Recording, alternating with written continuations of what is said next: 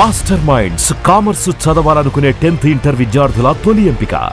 వెళ్తుంటారు ఆఫీసులకి ఇప్పుడు కూడా డైరెక్టర్స్ మీట్ అవ్వటం రెగ్యులర్ గా కాకుండా ర్యాండమ్ గా కాదు. ఐ మేక్ ఏ పాయింట్ మొదలు పెడితే ఒక 4-5 రోజుల పాటు వెళ్ళి ఎక్కడెక్కడ స్టార్ట్ అవుతున్నాయి వెళ్ళి అందరినీ కలిసి ఒకసారి నా ముందుగా నేను కనపడతాను, నా చెప్తాను సార్ ఇందులో మీకు సబబు క్యారెక్టర్ ఇఫ్ నాట్ కామెడీ ఇంకేదైనా బెటర్గా మీకు వేరే చేయిద్దాం అనుకునే ఐఎమ్ రెడీ సార్, నేను చేస్తాను, నాతో ఎక్స్పెరిమెంట్ కానీ లేకపోతే ఏదైనా నేను రెడీ, నేను చేస్తాను అని నా అది చెప్పి వస్తాను. నేను అయినా వాళ్ళ ఇష్టం.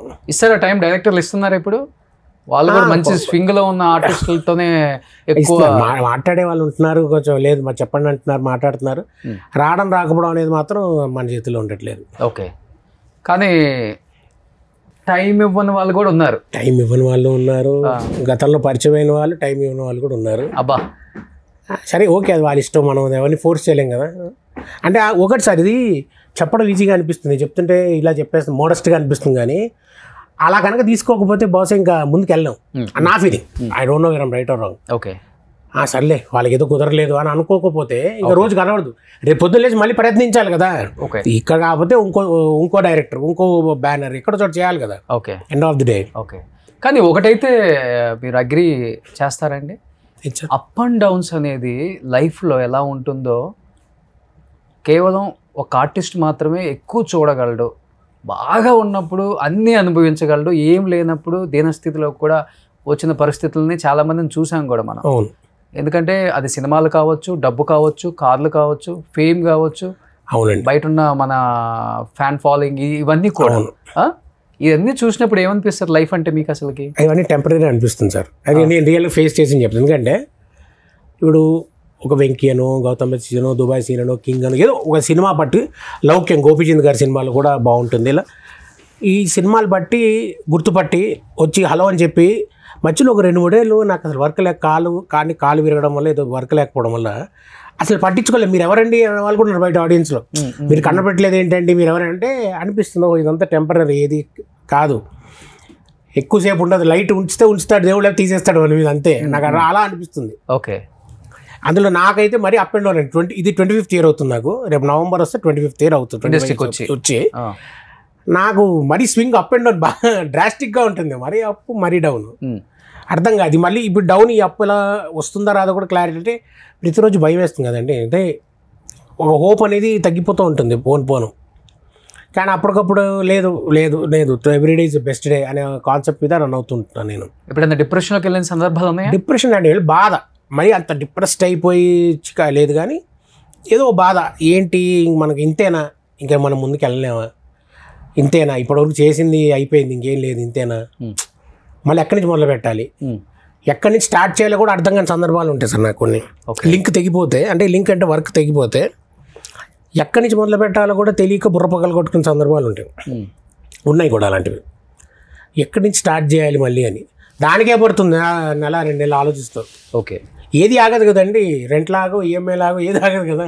ఏ నెల ఆ నెల అదే రన్నింగ్లో వెళ్ళిపోవాలి అది. సో అలా వస్తుంది. ఆర్టిస్ట్కి సినిమాలు వస్తేనే అంటే బ్యాకప్ నేను ఒకటి రియలైజ్ ఏంటంటే ఖచ్చితంగా బ్యాకప్ ప్లాన్ అనేది ప్లాన్ చేసుకోవాలి. మన దగ్గర డబ్బులు ఉన్నప్పుడు.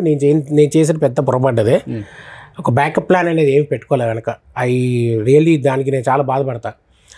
అంటే బాగా సంపాదించేసాను అనను, కానీ నేను సంపాదించిన దాంట్లోంచి అట్లీస్ట్ కొంచెమైనా బ్యాకప్ ప్లాన్ లాంటిది ఏదైనా నేను పెట్టుకుని ఉండుంటే బ్యాక్లో, అది నన్ను కాపాడు ఉండేదేమో బహుశా.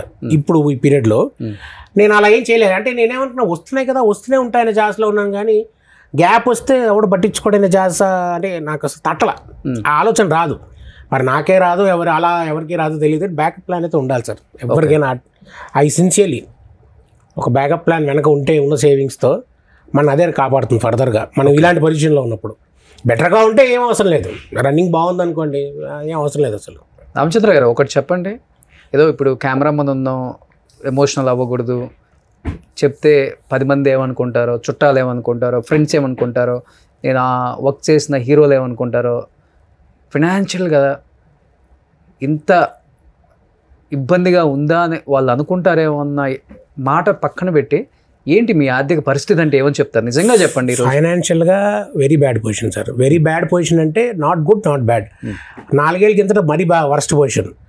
అంటే టు బి వెరీ ఫ్రాంక్, నేను ముందు అనేస్తాను, నేను ఇక్కడ పుట్టి పెరిగాను కాబట్టి నా ఫ్రెండ్స్, నా చుట్టాలు, మా కజిన్ బ్రదర్స్ కానీ ఎవరినైనా ఆర్థికంగా సహాయం అడిగి తీసుకుని వాళ్ళకి రిటర్న్ చేయలేక కొంతమందికి ఇచ్చి కొంతమందికి ఇవ్వక ఏ రోజు నా ప్రొఫెషనల్ సినిమా సైడ్ ఎవరిని అడగద్దు అని మెంటల్గా ప్రిపేర్ అయ్యాను అనమాట. ఒకసారి అది బ్రేక్ చేయాల్సి వచ్చింది. అంటే ఇంకా అందరినీ, అంటే నా తోటి ఫ్రెండ్స్ అవ్వచ్చు, కొలీగ్స్ అవ్వచ్చు, ఆర్టిస్టులు అవ్వచ్చు, రైటర్లు అవ్వచ్చు, ఎవరినైనా సరే.